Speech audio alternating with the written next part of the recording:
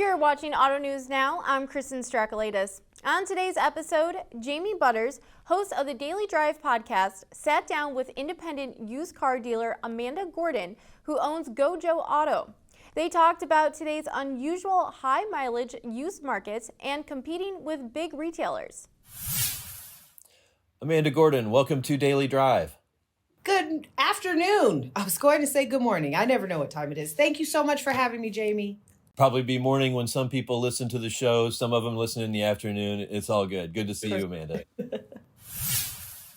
So we've been noticing a lot more of your franchise competitors offering some very older, very, very used vehicles that maybe they wouldn't have carried a few years back. Is that what you're seeing? Are people from franchise dealerships showing up at different auctions these days? So my fiance, who actually runs two franchises, a Kia Point that does about 300 cars and an Acura Point that does close to 100, eyeballs my inventory every day. And I'm like, get back here. Okay, these are my cars. Actually, we always have these conversations because there aren't any 2022s or 2021s in the market now. So everybody's kind of grabbing for what independents traditionally sell. So yeah, the market has been driven sky high because the truth of the matter is, if we're being honest with ourselves, franchises have a little bit more money to spend than us independents. And so they can pay a little bit more. And also they have more resources. They have more lenders that they can send the loans through. And so they have some more resources where they're able to pay a little bit more and still make a profit, which is the point. Profit's not a bad word. So we've definitely seen a spike. Yeah. And you said sort of the low end of vehicle prices is not as low as it used to be? Oh, goodness, no. Oh, my gosh, Jamie. Last year, my average purchase price, was $7,000. This year, it's about $12,500, and it's the same car. And what I mean by that is it's still a 2012 Nissan Versa with 80,000 miles. It's the same car. It's crazy. Yeah, the appreciation on used vehicles has been otherworldly this last year. I think it's ironic because the one thing that people always say about cars is as soon as you drive it off the lot, boom, right? It depreciates. And that's not the case. It's the opposite. This car is getting more miles and more wear and tear, and it's increasing in value. Who knew? Yeah, it probably isn't going to be that way forever, but certainly no. 2021, 2022 has been a quirky time. Sure. So when you're at an auction, what is it that you're looking for? Are there certain ages or mileages? Are there red lines you don't cross? Or how do you look at them? I like to stay 8 years and newer, and I like to stay under 80,000 miles roughly.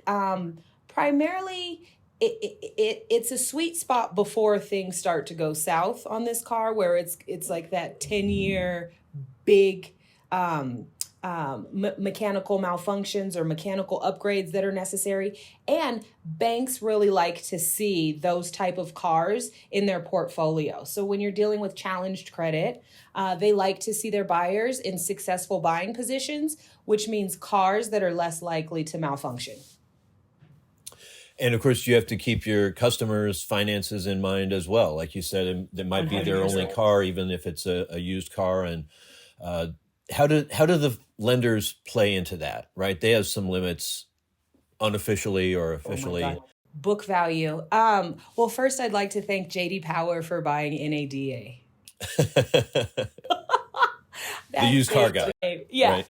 Yeah, the used car guy.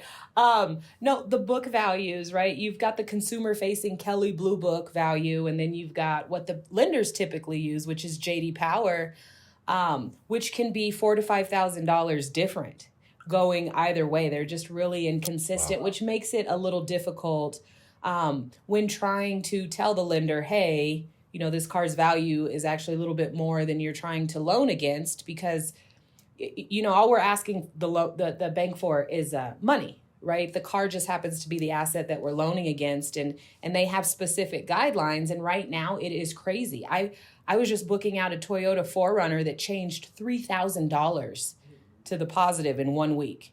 It went up, and I'm just sitting here like, this can't be real. and so lending has become interesting because in my opinion, these cars that are selling for $4,000 or $5,000 more than they used to last year, when that market starts to level out and come back to neutral and that car is worth $10,000 again, what is that going to do to our consumers? Are we going to see more defaulted loans? Are we going to see that they're not able to trade in that car because there's so much negative equity? Are the lending guidelines going to get extremely tightened up because of the portfolios of the lenders? So right now, everyone's very excited about what's going on. But I think we do need to think forward progressively as far as what does that look like for our consumer in 1 to 3 years.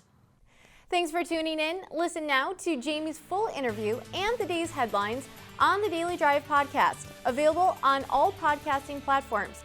Have a great day.